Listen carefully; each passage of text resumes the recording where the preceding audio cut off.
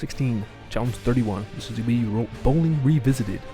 The rules go, I will roll the lemon, and we're going to get the most points by hanging on the longest. This is bowling, but they are the cups this time. First round. Trophy hits it, but it hits Lavender, and Jill falls over just behind. In the next matchup, wait, that's Iceberg, and they fall down. And on the top three competitors battling, and there's Trophy Cup in yellow just before Cherrywood, who's going to win this, followed by yellow Trophy Cup, Izzy, Jill, and Natalie at the bottom of the pack. And as similar drama, no one's really out, but it looks like we have some more people in danger. Jill is hanging by a wire now, and we'll see who hangs on right now, as Kerry has jumped into 200s. Michael zooms up even more, and Dad-O-Burrito is a little bit safe, but still in some danger. Welcoming in Team Izzy, or Iceberg, into the studio. Well, it was a trip. I mean, just edge of my seat every second. I mean, from challenge to challenge to challenge, just watching with anticipation, right? As this cup beats hurdle after hurdle after hurdle, and surprisingly wins the whole thing. I mean, I was shocked.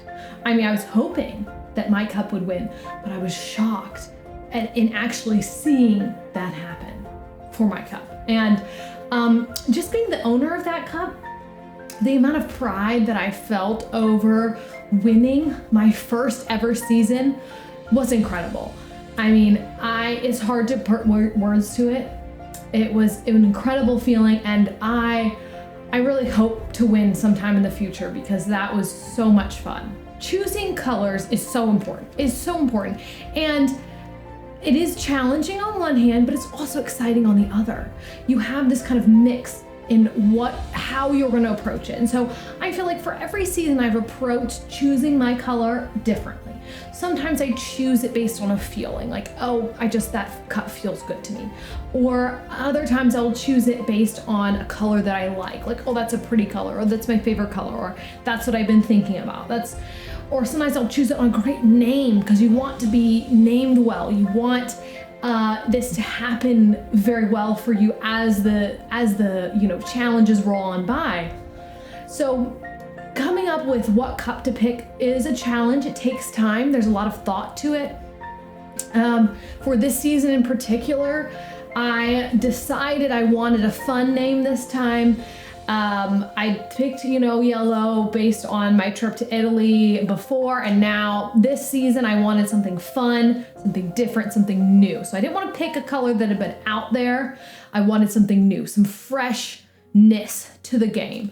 And I think Iceberg is doing that. I think it's bringing that crispness that we need to the game. I think it's hard sometimes to really root for a cup that is going to be a very large piece, a large cup in play. I mean, I think sometimes the large cups really just knock out the other competitions. I mean, when you see them rolling down the stairs, they can really whack some of those other cups right out of the way. My own cup, straight out of the way. And so I think it's hard sometimes to choose such a dominating factor when they do so well at something like rolling down the stairs, but not as well in some of the other competitions. I mean, there are pros and cons to every size cup to pick, and I feel like a larger cup is a hard one to pick.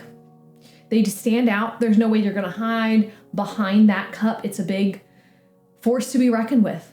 It really is. And I think it's hard sometimes to pick that when you might demolish littler cups in your wake as you go down the stairs or whatever you're doing.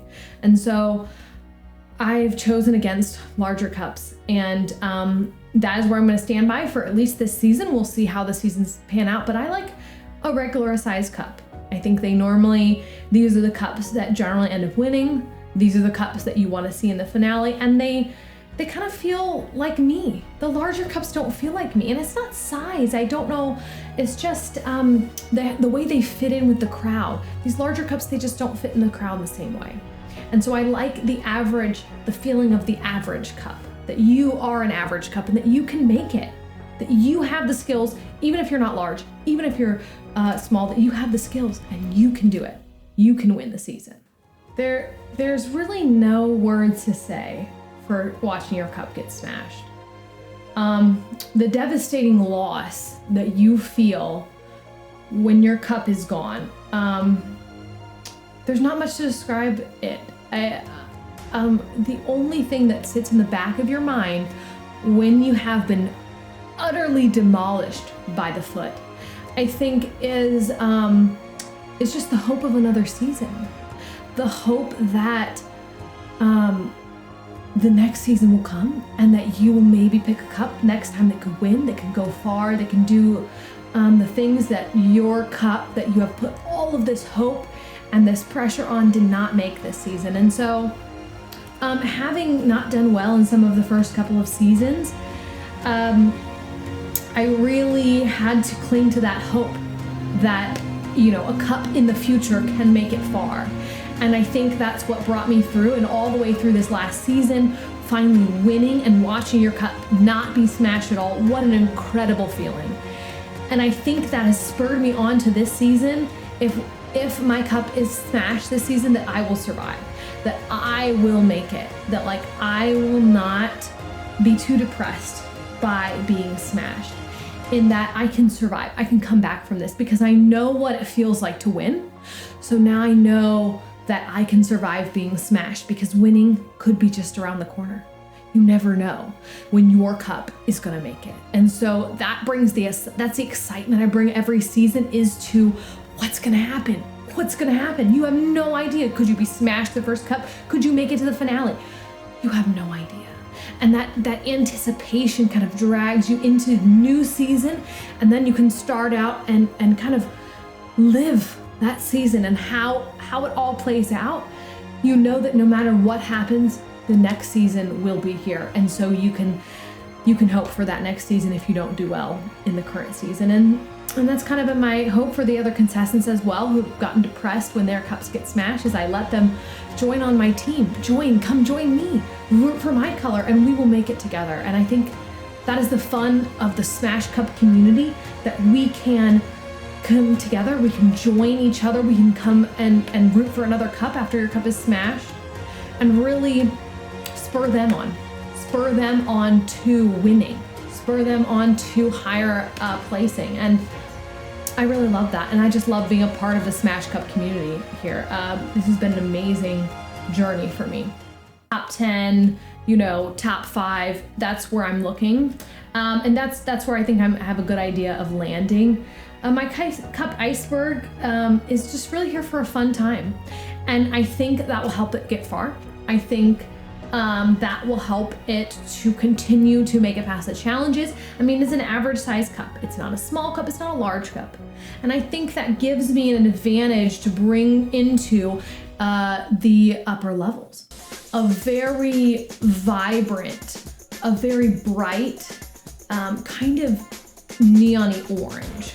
I feel like I would love to see a very bright, vibrant orange, and I like a kind of neon-y type name. I like neon colors in general, and I think that you could have some good, but just to really drive it home, some sort of orange slushy, or some sort of color that kind of brings out that vibrant, some sort of island. You're feeling the island breeze. I know we've had Island Paradise, but I want something that brings the orange part of the island, like Lay's and Hawaii, and kind of envelops you in that feeling. And I'm not sure I have a name yet for this experience, but I want something that captures that. I want something that's able to capture the idea of vacation. Yeah, let's go! Iceberg, iceberg, iceberg, iceberg. Let's go! Winner, baby! Challenge 32, the Spinning Susan. The cups will be placed on this Susan, and they will spin around and round and round. And whoever hangs on the longest will win the most amount of points. Dad-O-Burrito and Jill are in a little bit of danger. And this first round, nothing really happens there. And the second one, oh my goodness, everyone falls down. So we'll do a replay to see who hit the ground first. Oh, and there it goes with Cherrywood, then it's Lavender, and Iceberg with the win. Now a three-way tie between these competitors.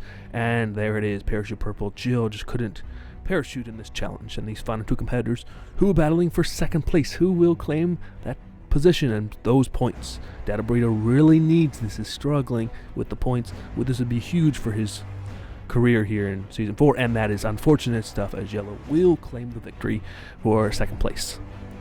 And now in the points, it is going to be Team Izzy or Iceberg in first, followed by Michael, then Trophy Cup, followed by Jill, Natalie, and then Cherrywood or Kerry at the bottom. Wow, unfortunate stuff for Kerry there.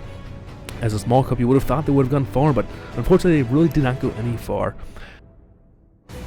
Team Michael with another win as Yellow. Great one there. Izzy just zooms 2 points ahead of Team Kerry. Dad-O-Burrito gets a bit more safety at 54 points. Natalie, and there's the button.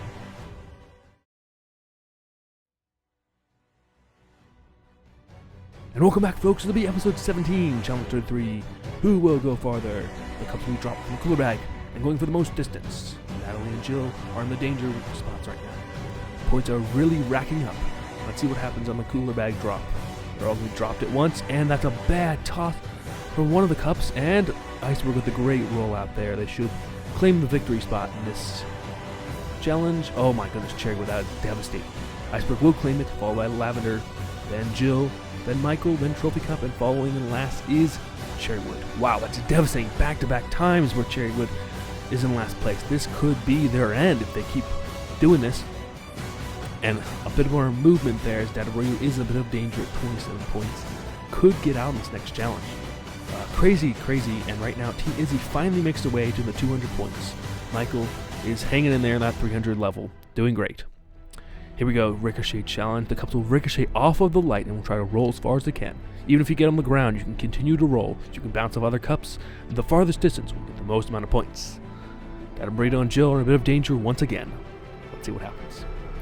First up will be Iceberg, and they fall off the counter, but they are still doing all right. Now the next one will be Lavender. Can Natalie go far? And that will claim first. Oh, falls off. Okay, it's not doing too bad. Next one will be Jill. Can Jill? That's terrible. That's just absolutely terrible. Michael hits Jill. Goes a little further. Okay. Trophy Cup hits. Okay. Will it hang on? It falls off in bad spot. Oh my goodness! It takes the jump. That could be in first place. And there's Cherrywood not doing the best there once again. And this time, Team Dad-O-Burrito with the claim in the first place. Followed by Lavender, then Michael, then Parachute Purple, then Cherrywood, and followed by Iceberg in last place. Wow, crazy turn of events. Team Kerry really struggling. Just keep getting the final 2 spots. In the last 3 challenges, devastating for them. Dad-O-Burrito gets a bit more safety here. And some crazy turn-ups. Michael continues to pave into the 300s. Stay tuned for scenes from our next episode. Ever tired of trying to go brush your teeth and then you try to go get toothpaste and it's not working. You're not having any of it. It's just not working. It's not coming out. It's just hard as a rock, right? And you're tired of this? I'm tired of this too. Well, I created this device so we no longer have to worry about this. This new device is called Clest. Clest, not Crest, it says here, but it's Clest. Clest. This is a special new type of toothpaste that never hardens. No matter how much exposure to the outside you leave it in, it always remains fresh, smooth. And here's an example. Look at that. Look at that flow. Absolutely perfect. That is what I'm talking about. So if you ever want to get perfect, fresh, always, no matter how much you leave the cap off, always. You should go visit the website at www.clest.com or call the number screen now. It's 1-800-611-1661. And in the next episode, the final 6 contestants are battling for glory and a spot finale. 2 more challenges. Will we have an elimination? Oh my goodness! Getting close, gonna hit it! What's gonna happen? Are they gonna touch it? Wait, he touches it! Michael with another episode, and into the 300 points. The rest move up and down the leaderboard, but pretty much end up in the same spots, except for Dad-O-Burrito making a bit of a jump. Jill's in a bit of danger, could get out. Who will face that foot next?